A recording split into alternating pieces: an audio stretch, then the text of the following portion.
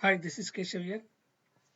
Further to my previous video, today I'm back with the other concepts in Cosmos DB. Those are Cosmos APIs and consistency levels. Let's get started. Just to recap what I covered in my previous video, the last slide was on Cosmos DB architecture. There I spoke about different components available in Cosmos DB. Those are Cosmos account, databases, containers, and items. And also we spoke about different types of containers and items. Those are completely based on API being used for our Cosmos account. All right. Cosmos DB is designed to build highly scalable and highly available web applications without even worrying about schema as well as indexes. Cosmos DB is a globally distributed database. When you create a Cosmos account, it will be available in all Azure regions by default. In case if you want to use at your region, just you need to add your region for Cosmos account. So as it is globally distributed, we can also call it as planet scale database. And Cosmos DB supports 5 different types of APIs. As it supports different APIs and each API has got different functionality, we can call Cosmos DB in another way as multi-modal database. And also we can call it as JSON database because data in Cosmos DB will be stored in the form of JSON. And you all know that it's one of the widely used NoSQL databases. Let's see below what are the different types of APIs being supported by Cosmos DB. Those are SQL API, Mongo, Table API, Cassandra, and Graph API. These are 5 different types of APIs being supported by Cosmos DB. All right. I'm not going deep into these APIs, but I'll try to make few pointers.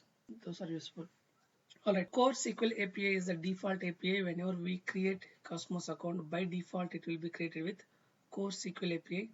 In case if you want to create your account with different API, of course you can change it while creating account itself. So one thing to note here is whenever we create Cosmos account with specific API, by default that API will be applicable for all the databases and containers in it. Alright, so we have to be clear while creating account itself what functionality you are looking for, what API you need for your requirement. In Core SQL API, data will be stored in the form of NoSQL documents, and it uses SQLite language to query hierarchical JSON documents. The below snippet gives you that sample data, how data stored in a Core SQL API. So it will be stored in the form of hierarchical JSON documents as shown below. And here is the query which we generally use to pull the data from our Core SQL API.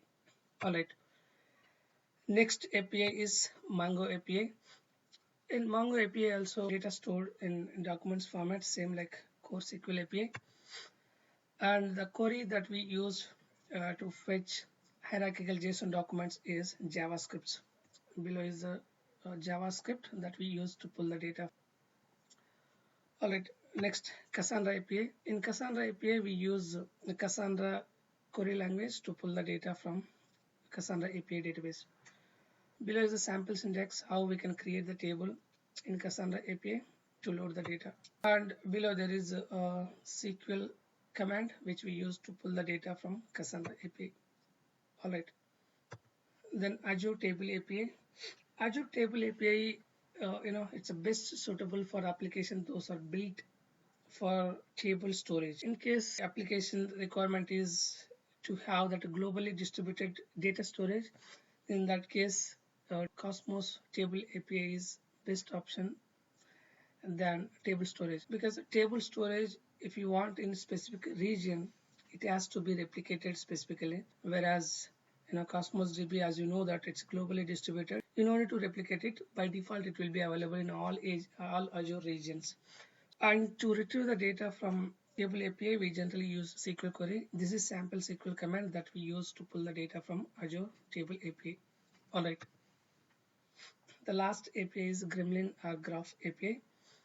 So Gremlin API provides graph-based view over the data as either vertex or edge. Data in Azure Cosmos DB with Graph API will be stored in ARS format.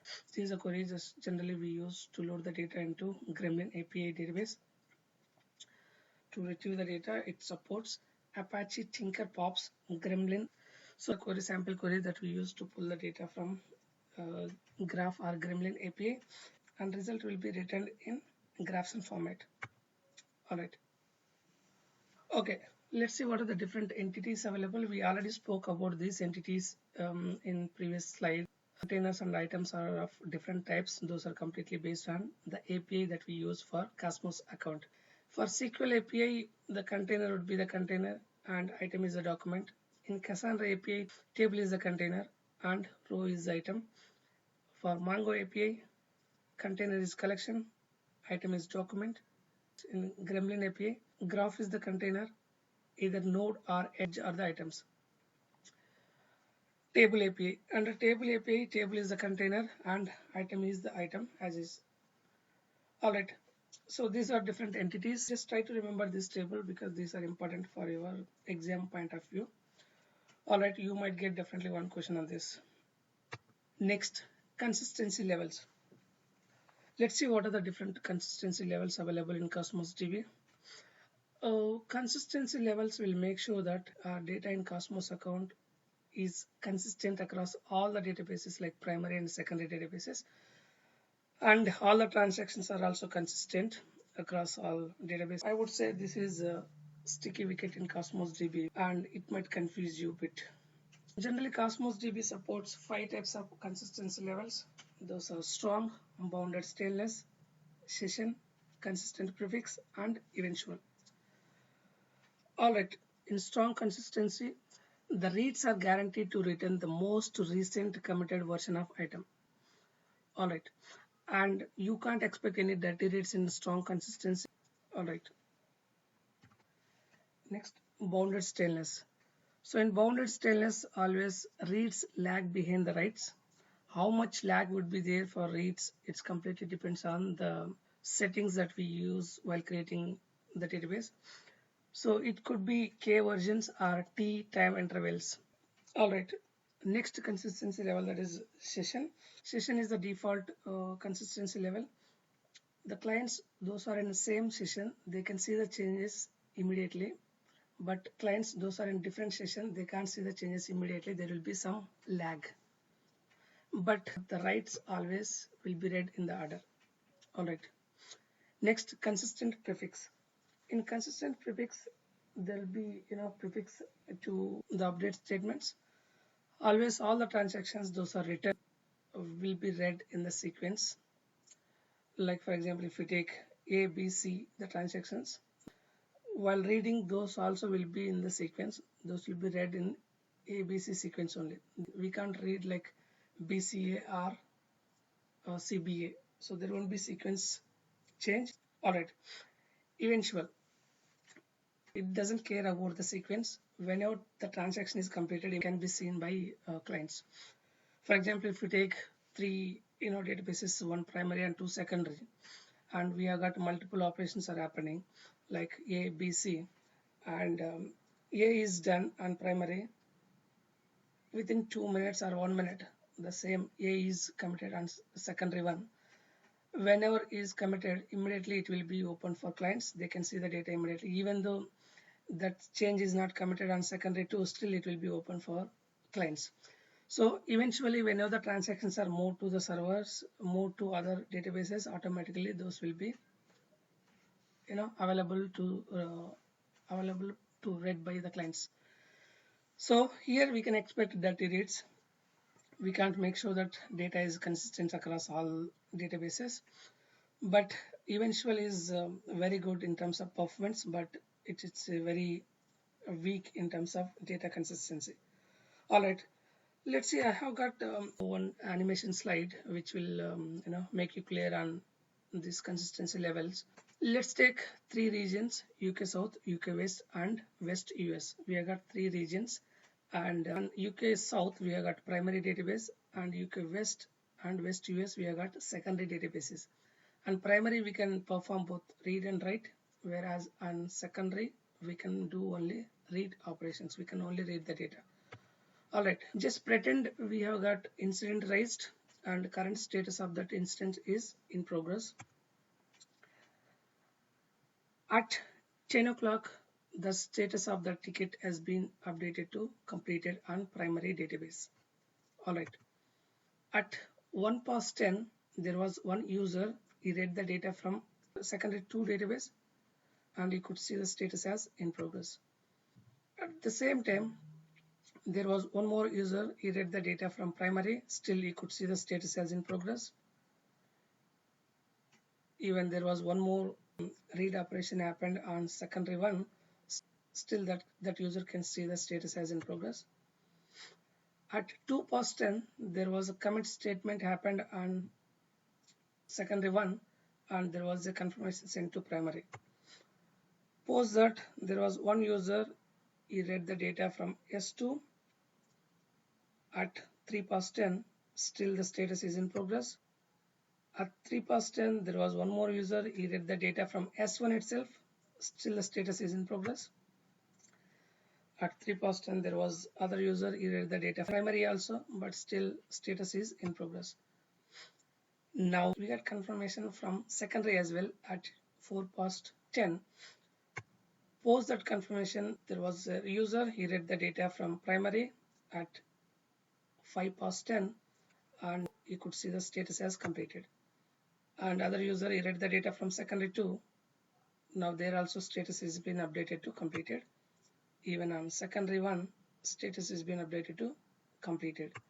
Alright, what it says is, even though changes happen on primary database and post that different clients or users read data from secondary 1, secondary 2, even from primary, until unless those changes are committed on all other secondary databases and got the confirmation from secondary databases, until that happened, still status was showing in progress in all the databases including primary. That's how strong consistency level works. It will make sure that all the changes are committed in all databases. Once those are committed, only those changes will be available for clients to see. Alright, this is how strong consistency level works. Let's see how session consistency works. Let's take same regions, UK South, UK West, West US, and same ticket status which was in progress. At 10, it's been updated to completed. There was read operation at 1 past 10 on secondary 2, status is in progress. At 1 past 10, there was a read operation happened on primary. Now it is showing the status as completed. On secondary 1, still status is in progress. At 2 past 10, there was a statement from S1 saying that it's been completed on S1. There was read operation on 3 past 10, still status in progress. There was again the read operation on S1 database, status still in progress. At 4 past 10, there was a message sent to the primary saying that the changes are being completed on secondary. And post that, user 1 read the data from secondary 2, you could see the status as completed. Even from secondary 1, you could see the status as completed. Alright, what it says, immediate after the changes, the clients who are reading the data from the same session, they could see the changes immediately. Whereas the clients, those are in different session, they can't see the changes immediately. There was some time delay. Even though there was a commit statement happened at 2 past 10 and there was a confirmation from secondary 1, still secondary 1 was not showing status as completed because still it was waiting for secondary 2 to have the changes saved. Once those changes are saved in secondary 1, secondary 2, then only the status has shown as completed in both secondary 1 and secondary 2. Whereas in primary it has shown immediately. What I mean to say is, clients from same session, they can see the changes immediately. The clients, those are reading data from different sessions, they can see the data with some latency. Alright, I hope this is clear. Let's see how eventual consistency works.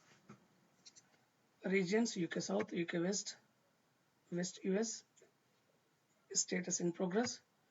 At 10 it's been updated to completed.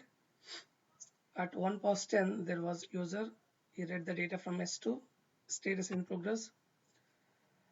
And there was a user, he read from primary at 1 past 10, he could see status as completed.